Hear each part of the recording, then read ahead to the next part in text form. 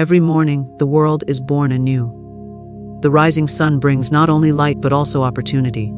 A sacred moment where thought becomes power, and word becomes law. Before the noise of the day rushes in, before the world lays its heavy hands upon you, there is a stillness. And in that stillness, you are invited to speak.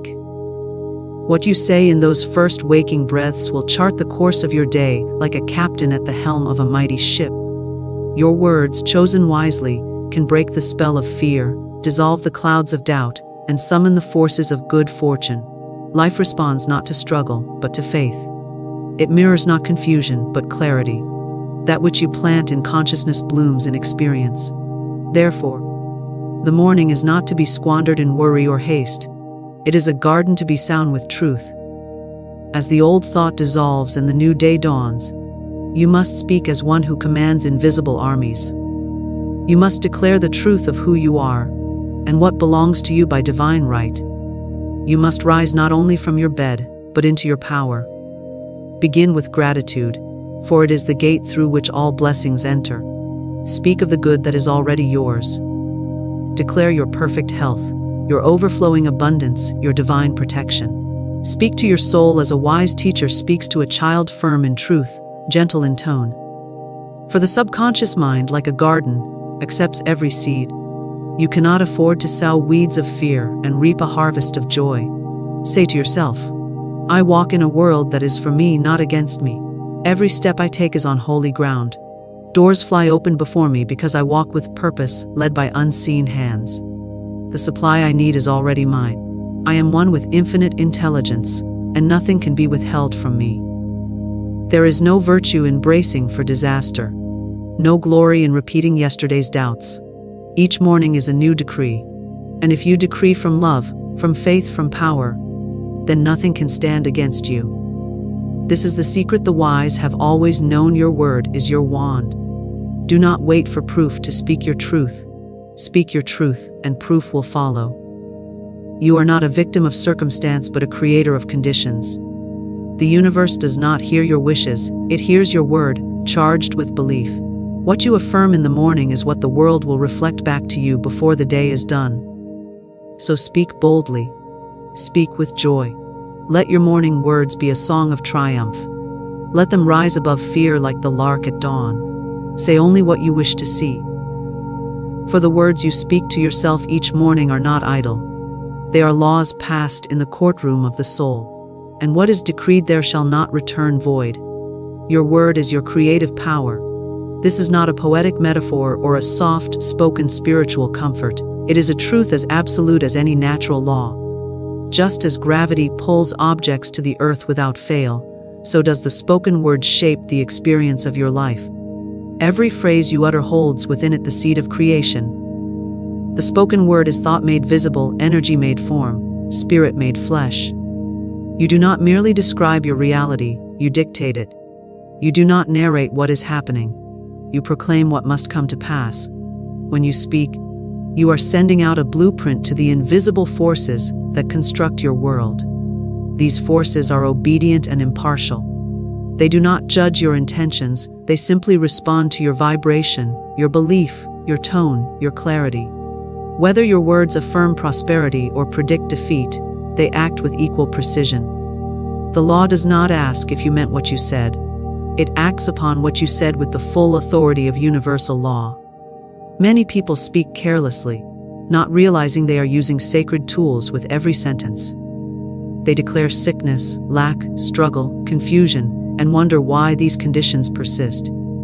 But how could it be otherwise? They have prophesied with their own mouth. They have called forth that which they dread. And yet the reversal lies in the same mechanism, the word. You can just as easily declare peace as you can worry aloud. You can affirm harmony as readily as you describe conflict. You can state that you are guided, protected, and abundant with the same breath that once uttered, I don't know what I'm going to do. It is a choice, moment by moment, word by word. No man or woman is without power when they understand this principle. No one is trapped who begins to speak with intention. Your word is not a weak signal drifting into a chaotic universe. It is a command. When you say, I am, You set creation into motion. I am successful. I am loved. I am safe. These are not mere affirmations, but divine instructions. And when spoken with conviction, they rewire your subconscious mind, reorder the vibrations around you, and prepare a path for the manifestation to arrive. You may not see immediate evidence, but the work is already in motion.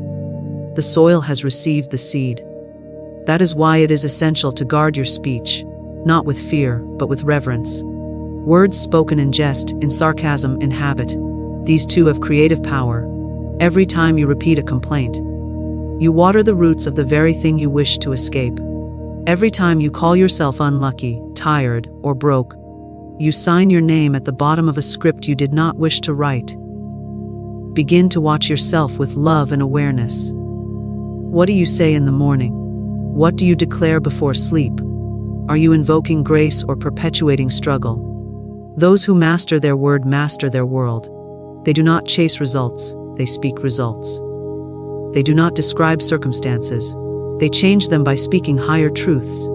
Even when appearances suggest lack, they declare supply. Even when fear whispers, they proclaim faith. This is not denial. It is divine discipline. It is the art of seeing with the inner eye and speaking with the voice of authority. You are given this power not to echo the world, but to lead it. Not to explain limitation, but to dissolve it. You were made in the image of a creator who spoke the universe into existence. That power lives in you now, waiting to be remembered, waiting to be used rightly. Each time you say, I can't, you bury that power under layers of disbelief. Each time you say, I can and I will, you call it back to life. The subconscious mind takes every word you say as fact. It does not filter for sarcasm or modesty. It does not care if you were joking. It hears, I am overwhelmed, and it begins to adjust your perceptions, your energy, your expectations to match that condition. It hears, everything is working out for me, and it opens doors you didn't know existed. This is not mysticism, it is the mechanics of spiritual law. And so, discipline your mouth. Let it become an instrument of truth. Let it speak only what you wish to grow. If you would not plant weeds in a garden, do not plant despair in your consciousness. If you wish to see joy, speak joy. If you wish to be supported, say so. Let your word be aligned with your vision, not your fear. Speak of the thing you desire as though it is already yours, for in the eyes of the law it is. You must become bold in your declarations. Life bends to the will of the one who speaks with authority. Not with arrogance, but with spiritual confidence. To say, I am blessed, is not to ignore pain. It is to acknowledge a higher truth that can dissolve pain. To say, everything is happening for my good, is not to deny challenge. It is to place challenge within the hands of divine order. Each time you speak like this, you reclaim your power. Most people speak according to appearances. They say what they see. But those who understand the creative power of the word say what they want to see. They speak as visionaries, as architects, as alchemists. They do not parrot facts, they shape reality. And they do it without strain, without force, simply by aligning their speech with the law of truth. There is a sacred responsibility in knowing this. You can no longer afford to speak idly. You cannot indulge in self-deprecating humor, in casual pessimism, in habitual complaints, and expect your life to rise. You must become a deliberate speaker, a watchman at the gate of your own mouth. Let every sentence be weighed in the balance of truth. Let every phrase either uplift, correct, or command. There is no neutral word. Each one builds or destroys, blesses or binds. It may feel awkward at first to change your language. You may catch yourself halfway through a sentence and correct it. That is good. That is growth. You are shifting lifetimes of unconscious speech into conscious creation. With practice, your words will become your allies. They will go before you, preparing the way. They will meet others in return with blessings. They will comfort, attract, restore, and guide. They will become the divine messengers they were always meant to be. When you speak from this place of knowing, things begin to happen. The atmosphere around you changes. People respond differently. Opportunities appear, not because you manipulated events, but because you aligned yourself with the fundamental truth that life flows where the word goes. The vibration of your voice becomes the magnet of your experience. What you say consistently becomes the architecture of your life. Speak accordingly. Speak only what you desire to manifest. This is not merely good advice. It is a spiritual law, a creative principle, a sacred discipline. Every word you speak is a thread in the tapestry of your life. You are not describing your reality, you are commanding it. Each sentence that passes your lips becomes a declaration, a decree, a mold into which the invisible substance of the universe flows. When you speak of what you fear, you give it shape. When you speak of what you love, you give it power. The law does not discriminate between words spoken in hope or despair. It simply obeys. You are always speaking something into existence, whether you know it or not. The universe is always listening, not to your wishes, but to your words. And it listens most intently when your words are charged with emotion. When you speak from fear, you reinforce fear. When you speak from faith, you activate divine energy. Therefore, it is not enough to think positively and then speak carelessly. Your speech must match your vision. It must be consistent with the reality you want to create, not the one you want to escape. Many people believe they are victims of circumstance, yet they are merely harvesting the words they planted in seasons past. They have spoken failure so often that it now shows up on their doorstep uninvited. They have recited struggle as if it were a hymn, and life, being faithful, has provided struggle in abundance. But the moment you decide to speak only what you desire, the moment you discipline your tongue to align with your dreams, the energy shifts. The soil of life begins to receive new seeds. The winds begin to change direction. This discipline is not about denying facts. It is about choosing the truth you want to multiply. You may be facing financial hardship, but to say, "I am always broke," is to cement that reality. Instead, you speak what you desire. "My supply is unlimited. Abundance flows to me now." This is not delusion. It is divine causation. You are not ignoring the present. You are creating the future. You are not pretending things are perfect. You are declaring that perfection is on its way. Every word is a prophecy. Your mouth is the doorway through which destiny enters. The subconscious mind takes your words as instructions. When you say, "Nothing ever works out for me," it accepts that and begins to guide you accordingly. It closes doors, alters perceptions, and attracts experiences to confirm that belief. When you say, "I always land on my feet," it creates pathways for resilience and recovery. The world outside bends to the world you describe within. You do not need to understand how the words take shape, only that they do. Speak them with conviction, and the mechanisms of life will respond. The path may be hidden for a time, but it is being built as you speak. There is no neutral speech. You are either affirming your destiny or delaying it. You are either calling forth miracles or reinforcing limitations. Therefore, speak with clarity, with intention, with authority. Train yourself to become aware of your casual speech. Notice how often you joke about being tired, unlucky, or cursed. These words are not harmless, they are instructions. They are declarations to the creative forces around you. Even laughter carries vibration. Be mindful that your humor is not disguised defeat. Even sarcasm, if repeated enough, becomes the language of your subconscious. The universe is not amused by jokes about failure. It only hears failure. Begin to replace every negative phrase with a positive counterpart. Where you once said, "I can't afford that," now say, "It's not in my budget yet, but more is on the way." Where you once said, "I'm so unlucky in love," now say, "The perfect partner is finding me now."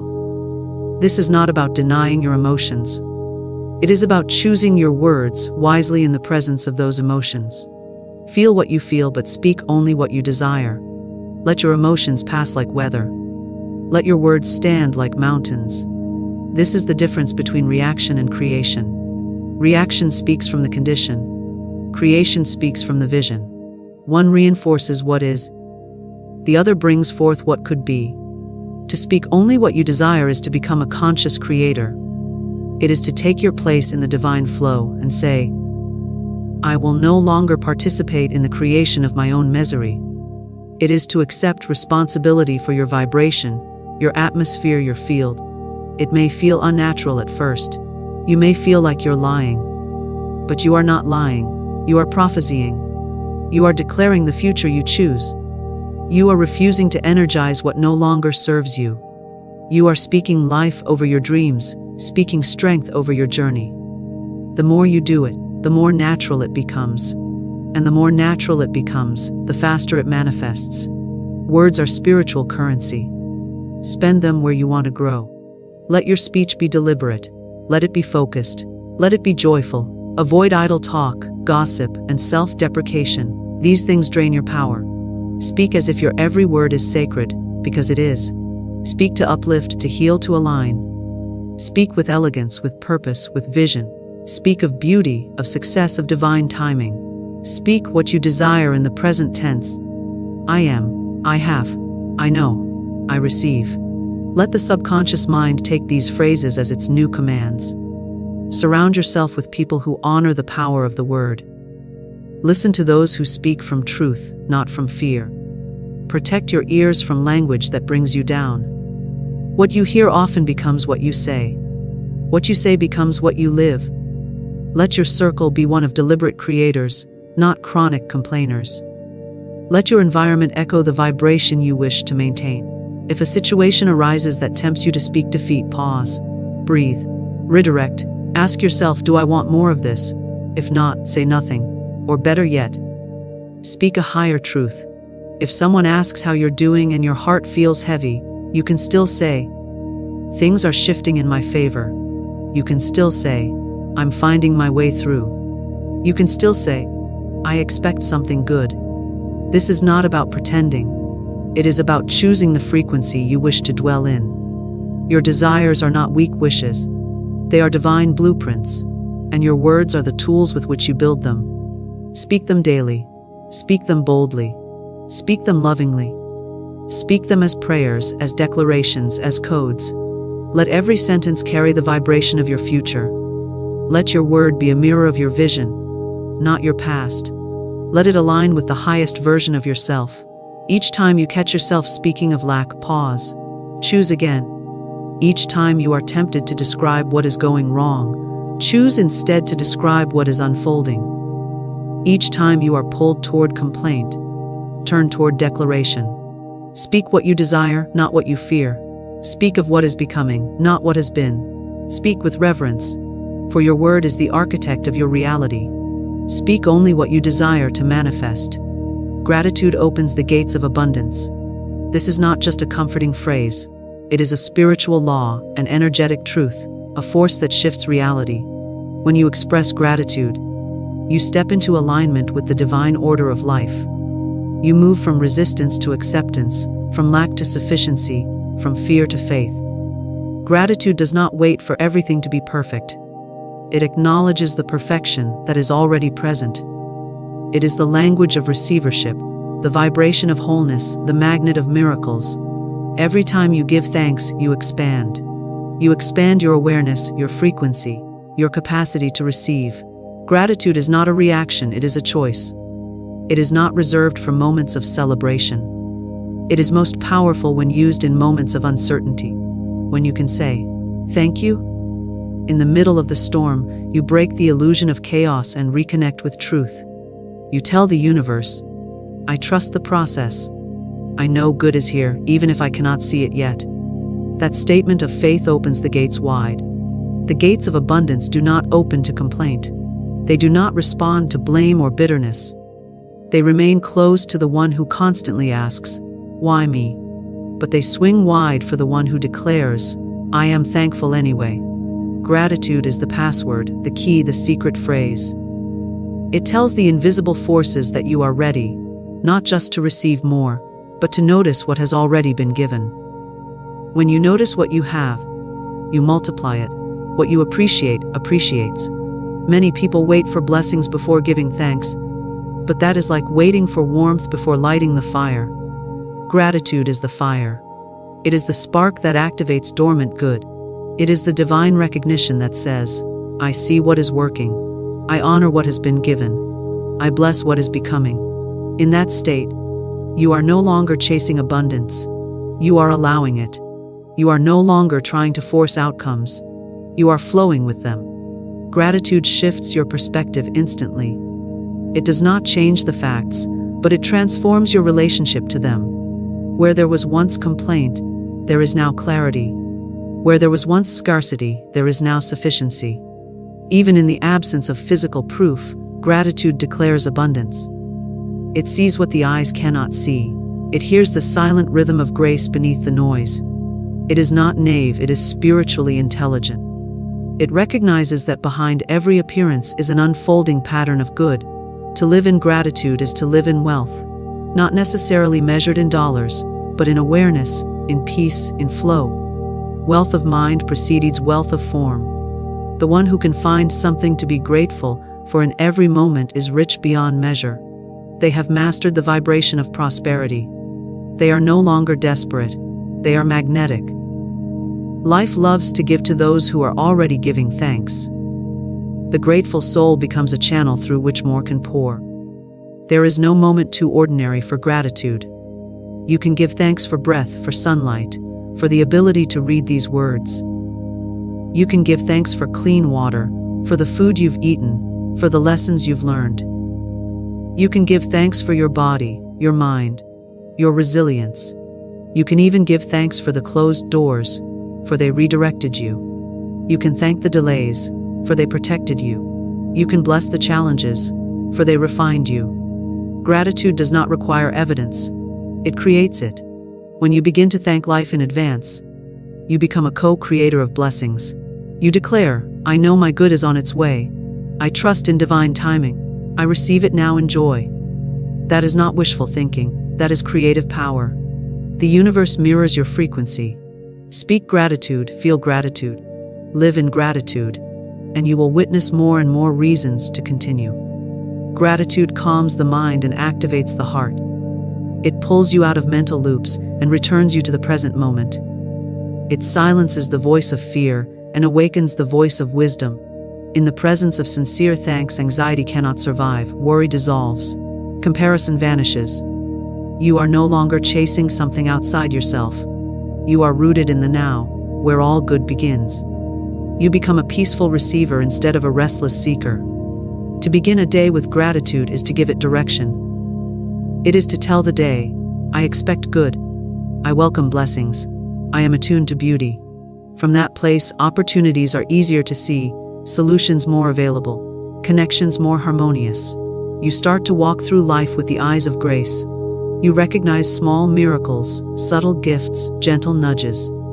You stop needing the dramatic and start appreciating the simple. And in that simplicity, the extraordinary often appears. Gratitude is also protection. It shields you from the illusion of not enough. It guards you against envy and comparison. It keeps your focus on what's working, even when not everything is perfect. A grateful person is not blind. They simply choose to magnify the good. They do not deny reality. They shift their relationship to it. They do not pretend all is well. They declare that good is present, even now, and therefore more is on its way. When you make gratitude a practice, it becomes a state of being. You no longer have to try. You simply are grateful. It becomes automatic, natural, effortless. The words, thank you, become more than manners. They become a spiritual vibration. You start to infuse gratitude into your speech, your thoughts, your responses. You begin to thank people for their presence. Thank challenges for their growth. Thank the day for simply being. You can write your thanks. You can speak them aloud. You can feel them in silence. The form does not matter, the energy does. Sincere gratitude carries power. It moves mountains, softens hearts, opens doors. When you are grateful, you are not begging. You are receiving. You are not trying to earn blessings. You are witnessing them. You are not asking from emptiness. You are overflowing. Gratitude and abundance are two sides of the same coin. To have one is to activate the other. Gratitude says, I already have enough. And the universe replies, then you are ready for more. Gratitude says, I trust in what is. And life says, let me show you what else is possible. It is the spiritual posture of prosperity, the inner signal that says you are already rich in spirit. You need not wait for the perfect moment. Begin now. In this moment, you can find something, anything, to bless. That blessing becomes the seed, and from that seed, much will grow. Gratitude does not demand perfection. It reveals the hidden good within imperfection. It transforms your energy field and prepares you to hold more light, more joy, more flow. Even when circumstances are unclear, gratitude can be your compass. It keeps you grounded in truth when emotions are high. It brings you back to yourself when the world pulls you in many directions. It reminds you that even when things seem uncertain, something is always working for your good. Gratitude is the voice that whispers, you are already supported. You are already loved. You are already enough. In faith overrides fear and doubt. This is not a suggestion. It is a principle, a power, a spiritual mechanism that dissolves limitation. Faith is not the absence of fear, but the force that renders it powerless. When faith is present, fear cannot take root. It may knock on the door, it may whisper in the shadows, but it cannot dominate a heart anchored in belief. Faith speaks the language of the soul. It knows a deeper truth, a higher law, a divine timing that overrides all visible appearances. Fear is always based in what might go wrong. It projects illusions, builds shadows, and convinces the mind to expect the worst. Doubt questions everything, even your own strength. It stirs confusion, delays action, and clouds vision. But faith, even a spark of it, begins to dismantle those illusions. It shines a light that dissolves fear's shadows and quiets the noise of doubt. Faith says, there is a way, even when the path is not visible. Faith declares, I am guided, even when the next step is uncertain. Faith does not need evidence to move. It moves first and allows evidence to follow. It trusts in the unseen, the unformed, the not yet manifest. It is the bridge between vision and reality. You may not know how, you may not know when, but faith does not require details. It requires trust. It requires willingness. It requires your decision to align with the possibility of good. The moment you choose faith over fear, the shift begins. Fear tightens. Faith opens. Fear contracts the mind, closes the heart, and restricts movement. Faith expands your energy, opens the heart to receive, and invites inspired action. You cannot move freely in the grip of fear. It paralyzes and postpones. But even a single breath of faith can break that grip. It can restore your rhythm, your clarity, your strength. It can lift you from indecision and guide you to the next aligned step. Faith is your natural state. You were born with it. As a child, you believed before you questioned. You trusted before you doubted. But as experiences accumulated, many began to lean more on logic and less on intuition, more on what's proven and less on what's possible. Fear became a habit, and doubt became a lens. But those lenses can be removed. The habit can be broken. Faith can be restored, not by forcing it, but by feeding it. You feed faith by what you focus on. When you dwell on past failures, faith weakens. When you imagine worst-case scenarios, faith recedes. But when you remember how life has carried you before, when you recount even small victories, faith grows. Gratitude and faith are allies. One acknowledges the good already here, the other anticipates the good on the way. Together, they build a foundation that fear cannot touch. Faith is a choice. It may not always feel natural, but it can always be chosen. You choose it in the face of fear by saying, I believe in something greater. You choose it in the presence of doubt by saying, I don't need to know everything. I trust what I cannot yet see. You choose it when circumstances shake, when doors close, when answers delay. And the more you choose it, the stronger it becomes. Faith is a muscle. It builds with use. When doubt speaks loudly, you do not argue. You affirm. You speak the truth even if your voice shakes. You say, I am supported, even when you feel alone. You say, all things are working for my good, even if you don't yet see how. This is not pretending. It is spiritual authority. You are not ignoring facts. You are aligning with higher truth. The truth that you are divinely guided. The truth that your path is unfolding with perfect timing. The truth that nothing is too big for the divine power within you. Faith is not passive. It does not sit and wait in helpless silence. It listens inwardly, moves when guided, and remains steady in uncertainty. Faith shows up with consistency even when results are delayed. It acts in alignment with what it knows to be true, not what circumstances suggest. And through that consistency, it attracts synchronicities, opportunities, solutions that fear could never access. Fear is loud and immediate. Faith is quiet but enduring. Fear screams for attention. Faith whispers reassurance. And yet, it is the whisper that holds the real power. It is the still, small voice that says, "You are not alone. You are on the right path. Keep going." To hear that voice, you must turn down the noise of panic and tune into the frequency of peace. That frequency is always there, waiting for your attention. Faith lives in that silence. It speaks when you pause, when you breathe, when you let go of the need to control everything. There are moments in every journey where doubt will rise. It is part of the process. It is not a sign to stop. It is a sign to go deeper. Deeper into trust, deeper into surrender, deeper into inner knowing. You are not weak because you feel afraid. You are powerful because you choose faith anyway. You are not failing because doubt knocks on your door.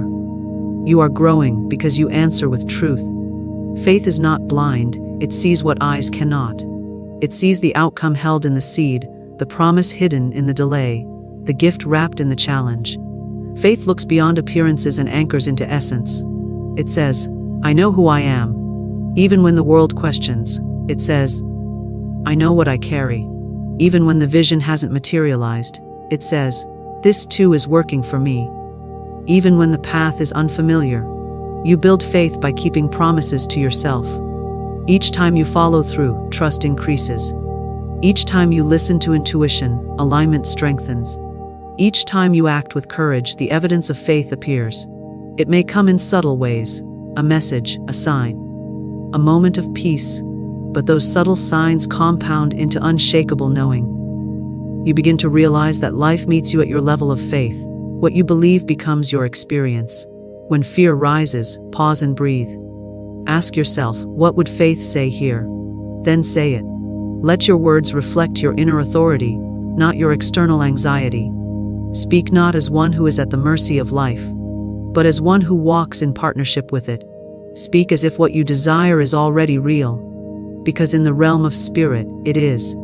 Faith does not need proof to begin. It begins and allows proof to arrive. In times of waiting, let faith be your anchor. In times of change, let faith be your compass. In times of challenge, let faith be your strength. You are not required to have all the answers. You are only required to trust the next step. You are not here to predict the entire outcome. You are here to walk with belief, to speak with conviction, to act with courage. Fear may visit, but it does not get to stay. Doubt may speak, but it does not get the final word. You are the author.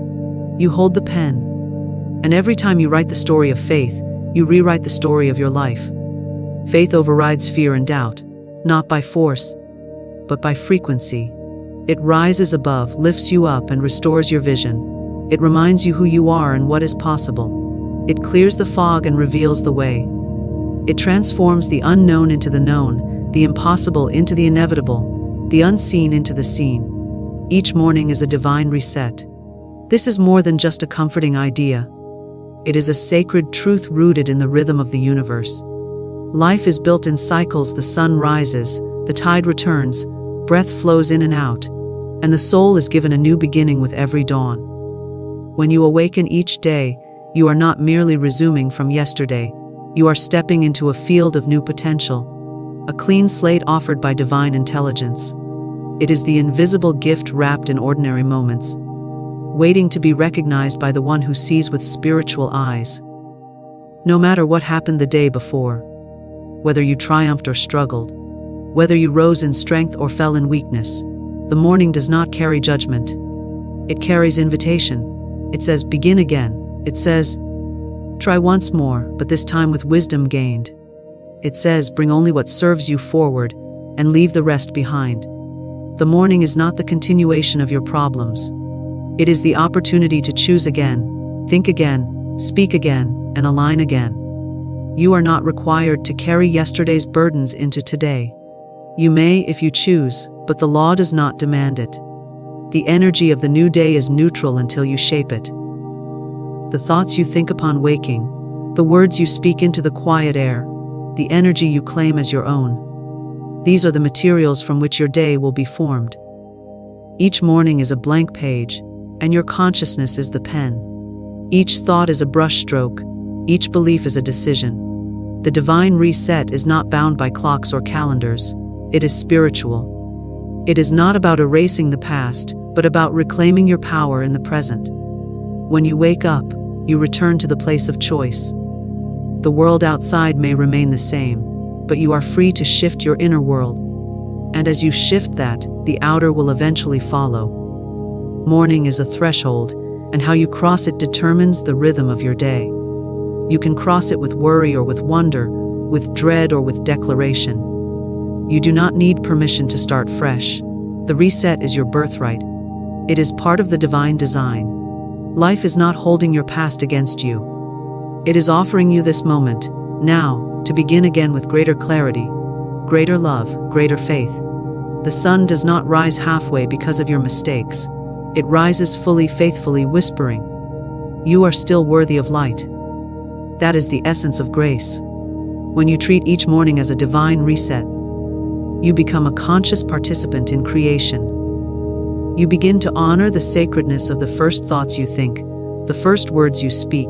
You stop rushing into the noise and instead choose to enter the day with intention. You set the tone. You declare the atmosphere. You remember that you are not at the mercy of circumstances. You are the architect of how you move through them. Most people begin the day by replaying the past. They open their eyes and invite yesterday's stress back in. They carry arguments, regrets, unfinished tasks, and unresolved emotions straight into the new dawn. But you can choose differently. You can pause before you pick up the weight again. You can breathe and say, "Today I begin anew." You can affirm, "This is a new day filled with new possibilities."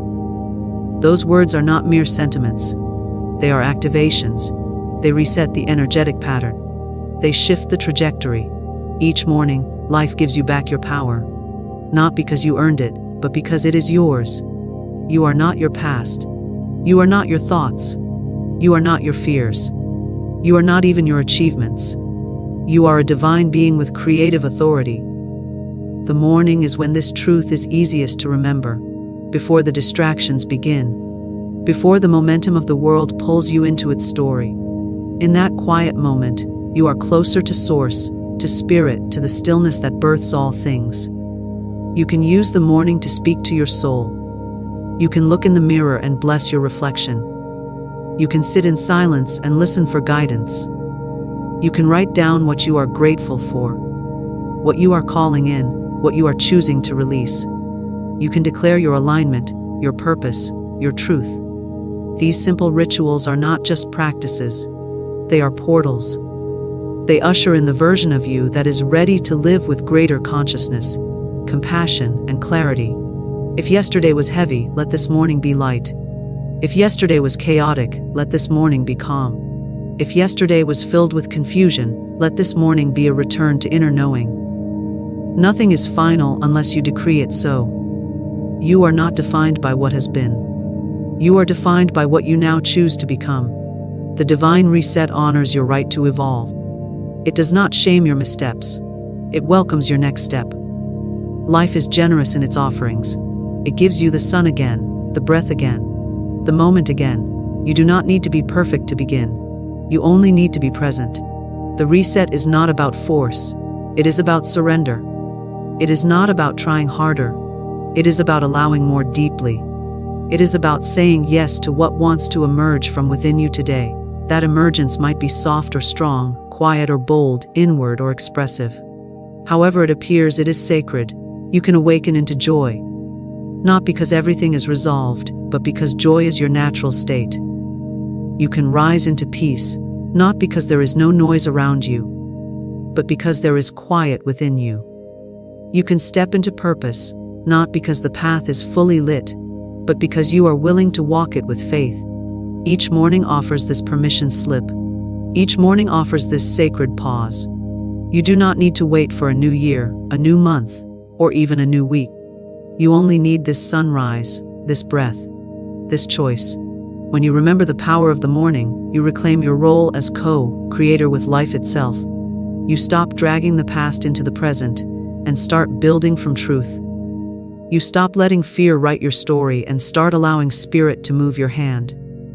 Even if nothing around you changes, the inner reset changes everything. It shifts how you see, how you respond, how you show up. It creates space for new solutions, for new perceptions, for new ways of being. You begin to move from habit into awareness, from reaction into intention. And from that place, new outcomes naturally follow.